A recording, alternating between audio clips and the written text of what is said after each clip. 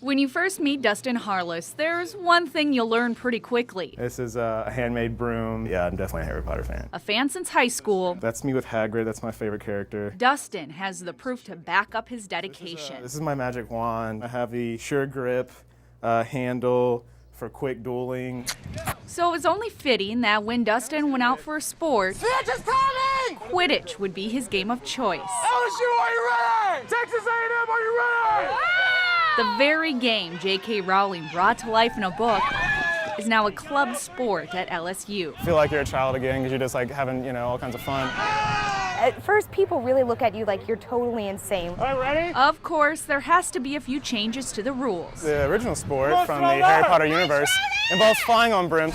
Feet are firmly planted on the ground in this version, but the brooms are a must. It's hard to take yourself really seriously when you're running around with a broom between your legs. There are 2 red and 1 blue bludger. The lingo's the same, Only the beaters can use them, and if somebody gets hit with a bludger, if they're holding a ball, they have to drop it. but you won't hear it in any traditional sport, and it helps to be a Potter fan if you really want to understand what's going on. Just don't roughhouse their secret at all. Like the book, teammates score points by throwing a quaffle. Meanwhile, the snitch, or at least the modified version, hides from the seekers, the very same position played by Harry Potter. Whoever catches the snitch has 30 points, and that's the end of the game. So with so much on the line, these players will go to extremes. Probably the most interesting snitch catch in the history of Quidditch. LSU's seeker refused to let the snitch get the best of him. That's a win for the Tigers. Never mind the sacrifice to personal hygiene. Probably gonna need a Clorox bath when I get back to my apartment. He's in it to win it. We won our first 2 games, so we've won the day. Quidditch has definitely moved beyond the fields of Hogwarts, while still letting young adults relive some of their favorite Potter moments. You kind of have to let go and be a kid again, kind of to run around with the broom between your legs. They are the true American bovine. When it comes to Texas Longhorns, the bigger, the better. This one, I don't know, she's kind of the boss. But we're not in Texas. John Four is not your typical rancher. Nobody in Louisiana's a rancher. No cowboy boots, no spurs, not riding no horse. We're a bucket farmer. And his cattle, well, let's just say they fall a little short. They're just small. They're exactly the same as the big longhorn.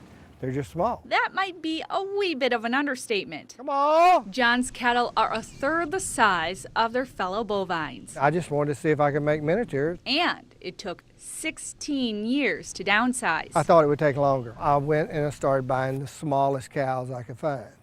Breed them to the smallest bulls I could find. The end result, a pint-sized herd so different, it's become a real talking point with the neighbors. About like old McDonald's farm over there. This is a unique breed of cow. Get past their size, and these miniatures are your typical cow. They don't know they're little. They think they're just as bad as everybody else. Beefy bovines, She's on the fat side. Y'all want some feed? always looking for the next meal, Y'all don't need any feed. and picking up some bad habits from those closest to them along the way. You didn't like because I didn't have any food, so that's why you hit me with the horn? To say John has a bond with each animal speaks for itself, That one's named Empress, this one's named Marcus. That's T-Boy right there, he's 3 years old. though he's learned not to pick a favorite. Usually when that happens, somebody comes along and buys it. It's a hobby unlike any other. Some people buy a Ford, some people buy a Chevrolet, some people buy a Mercedes-Benz. It's just the cows are just different. Never mind the shortcomings. That's all part of their charm.